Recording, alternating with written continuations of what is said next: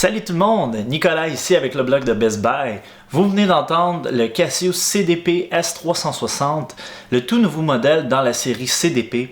C'est une série qui s'adresse à toutes sortes de pianistes, en particulier les débutants. C'est un clavier relativement simple mais complet. Il y a beaucoup de fonctionnalités différentes. C'est aussi une étendue complète. On a 88 touches, donc toute l'étendue normale du piano.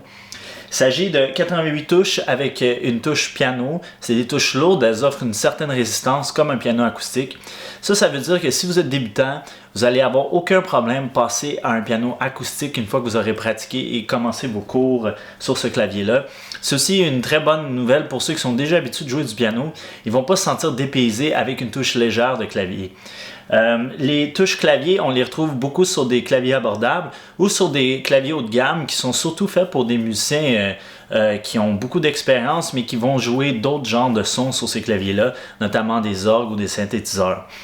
Donc, ceci étant dit, c'est vraiment un clavier complet. Il y a plusieurs connexions à l'arrière. Ici, on parle d'une entrée audio pour faire jouer de la musique par les haut-parleurs du clavier. Il y a une sortie audio, on peut brancher des écouteurs ou brancher le clavier dans un système de son ou dans une interface audio pour l'enregistrer. Il y a une entrée pour un pédalier triple de Casio pour des pédales comme on retrouvait sur un piano. D'ailleurs aussi, on peut acheter un support fait exprès pour ce clavier-là, un support simple ou un support un peu plus volumineux là, qui a les 3 pédales inclus.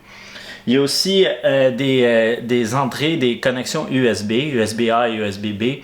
Malheureusement, on ne peut pas transmettre de l'audio à travers le clavier, ce qui est un peu dommage. Il va falloir utiliser une interface audio avec la sortie audio. Le USB sert en principe pour le MIDI. C'est possible d'utiliser le clavier en tant que haut-parleur Bluetooth. Casio vend un adaptateur qui se branche dans l'USB. Et on peut transmettre l'information MIDI de la sorte aussi, ou se connecter à une application qui s'appelle Cordana, qui nous permet de lire des partitions puis avoir toutes sortes d'outils de pratique pour améliorer notre cheminement, pour faciliter notre cheminement. Donc, côté son, il y a vraiment beaucoup de sons. Il y a 700 sons. Ça, c'est un peu à la façon Casio. Là, il y a vraiment beaucoup de variété dans les sons. On couvre tout ce qu'on a besoin. Là, des pianos acoustiques, électriques, des orgues, des clavecins, des synthétiseurs, des cuivres, des cordes, des bois, des guitares, des basses, des effets sonores, des percussions. Il y a vraiment tout. Ça va être difficile d'en manquer. Par contre, encore, on peut se brancher par USB pour envoyer des signaux MIDI. Donc, on peut utiliser des banques externes sur notre ordinateur, par exemple. Il y a aussi une section arrangeur. Celle-ci nous permet de créer des arrangements sur le vif. On peut actionner différentes sections. On peut vraiment travailler vraiment notre musicalité, incluant notre rythme et un peu comme nos directions harmoniques, là, une fois qu'on est un peu plus expérimenté en tant que pianiste et musicien. Je vous ai enregistré d'autres extraits sonores pour vous donner une idée. Il y a aussi des dizaines et des dizaines de sons disponibles sur le site web de Casio pour vous donner une idée de la qualité des sons qui sont présents dans le clavier. Mais je vous en ai quand même enregistré pour vous donner une idée.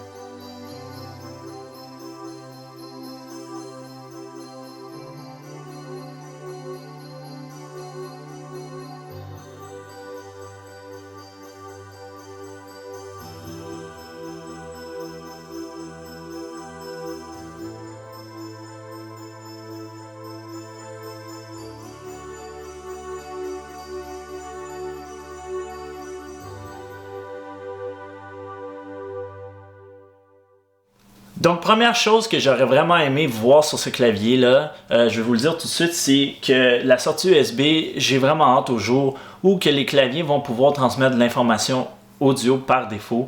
Ça serait vraiment...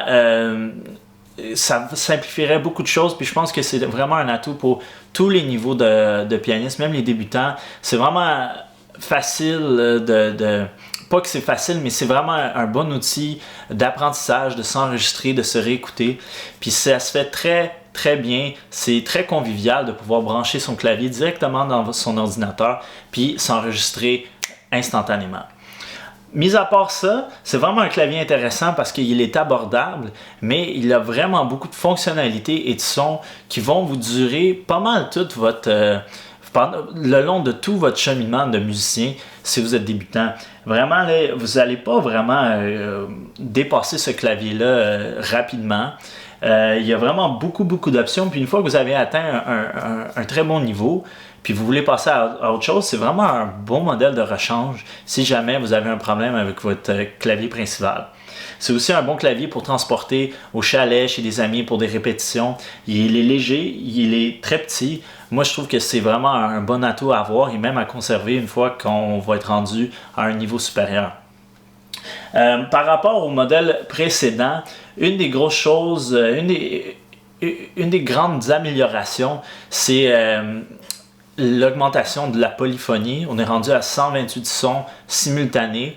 Si vous n'êtes pas familier avec le concept de la polyphonie, dans le fond, un clavier numérique a une certaine limite de sons simultanés qu'il peut interpréter. Ça peut sembler un peu inutile quand on considère le fait qu'on a juste 10 doigts, mais les échantillons sont souvent bâtis de plusieurs sons différents. Il y a aussi l'aspect qu'on peut utiliser une pédale de soutien. En fait, ces sons-là, ils doivent être soutenus continuellement pendant qu'on joue. Fait que plus il y a de polyphonie, plus c'est précis, plus c'est authentique par rapport à ce qu'on joue et par rapport aux échantillons qui sont utilisés. Puis 128, c'est pas mal le minimum avant qu'on... C'est vraiment le minimum.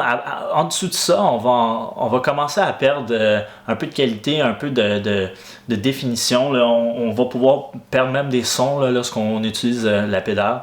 Donc 128, c'est quand même un minimum et je suis content de voir qu'enfin sur la série CDP, on a au moins 128 sons de polyphonie. Ceci étant dit, c'est vraiment un bon clavier, comme je disais, pour les débutants, pour commencer leur parcours musical. C'est aussi un très bon choix comme clavier de rechange pour ceux qui sont déjà expérimentés. Si vous voulez avoir plus d'informations sur le CDP S360, je vous invite à lire mon évaluation complète sur le blog de Best Buy. Mon nom est Nicolas et merci beaucoup d'avoir écouté.